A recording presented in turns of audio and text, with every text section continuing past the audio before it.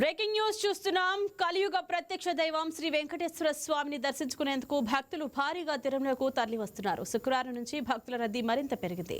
ప్రస్తుతం స్వామివారి దర్శనం కోసం అన్ని కంపార్ట్మెంట్లు నిండిపోయి కృష్ణతేజ అతిథి గృహం వరకు భక్తులు క్యూ లైన్లో వేచి ఉన్నారు. టోకెన్ లేని భక్తులకు సర్వదర్శనానికి సుమారు 24 గంటల సమయం పడుతుంది. తిరుమలలో భక్తుల రద్దీకి సంబంధించి మరిన్ని వివరాలను తిరుమల నుంచి మా ప్రతినిధి సెల్వం అందిస్తారు.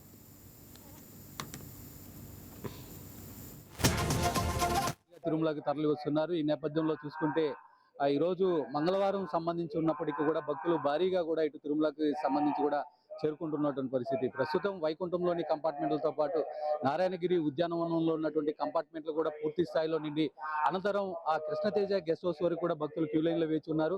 వీళ్ళకి సంబంధించి చూసుకుంటే కూడా 24 గంటల పైగా సమయం పడుతుందని అధికారులు అయితే కూడా వెల్లడిస్తున్నటువంటి పరిస్థితి. ఇక 300 రూపాయల టోకన్ కలిగిన భక్తులకు 6 నుండి 8 గంటల సమయం పడుతుందని, అదేవిధంగా ఎస్ఎస్డి టోకన్ కలిగిన భక్తులకు 8 గంటలకు పైగా సమయం పట్టే అవకాశం ఉందని చెప్పి కూడా అధికారులు అయితే కూడా వెల్లడిస్తున్నటువంటి పరిస్థితి. ఇక నిన్నటి రోజున స్వామివారిని 75,836 మంది భక్తులు దర్శించుకోగా అందులో 34,076 మంది భక్తులు స్వామివారికి తలనీలాలు సమర్పించి మొక్కులు చెల్లించుకున్నారు.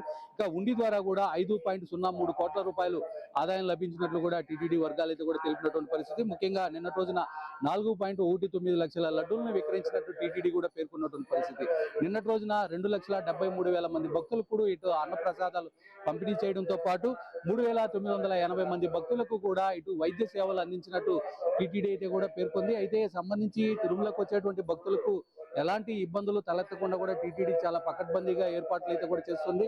వచ్చేటువంటి భక్తులు కూడా ఈ క్యూ లైన్ లో వేచి ఉన్నటువంటి భక్తులు ఎవరైతే ఉన్నారో వారికి నిరంతరాయంగా పాలు కావచ్చు, నీళ్లు కావచ్చు, అదేవిధంగా అన్న ప్రసాదాలను కూడా అందించే దిశగా కూడా అధికారులు అయితే కూడా అడుగులు వేస్తున్నారు. ముఖ్యంగా డిప్యూటీఓ స్థాయి అధికారులని అక్కడ ఉంచి శ్రీవారి సేవకుల్ని కూడా ఉపయోగించుకొని వారి ద్వారా కూడా అన్న ప్రసాదాలని ఏదైతే కూడా తదితర అన్నప్రసాదాలతో పాటు పాలు, నీళ్లు, మజ్జిగ లాంటివి కూడా అందిస్తున్నటువంటి పరిస్థితి. ముఖ్యంగా సంబంధించి ఈ రోజు కోయిల్ ఆల్వార్ తిరుమంజనం కూడా ఆ ఆలయంలో కూడా శాస్త్రోక్తంగా కూడా నిర్వహించారు. ఈ నేపథ్యంలో చూసుకుంటే 17వ తేదీన ఆనివారి ఆస్థానం వస్తున్న నేపథ్యంలో కూడా ముందు వచ్చేటువంటి మంగళవారం ఏదైతే ఉంటుందో ఆ మంగళవారం రోజున ఆలయ శుద్ధి కార్యక్రమాన్ని కూడా నిర్వహిస్తారు. ఈ శుద్ధి కార్యక్రమం అయిన తర్వాత ఈ రోజు 11 గంటల తర్వాత కూడా ఇటు భక్తులను అయితే కూడా దర్శనానికి అనుమతిస్తున్నామని కూడా ఇటు టీటీడీ ఈవో ముద్దాడ రవిచంద్ర కూడా తెలిపినటువంటి పరిస్థితి. ముఖ్యంగా మరోపక్క ఏదైతే కూడా తిరుమలకు వచ్చేటువంటి భక్తులు తమ సొంత వాహనాల్లో కూడా తిరుమలకు పెద్ద ఎత్తున కూడా వస్తుంటారు.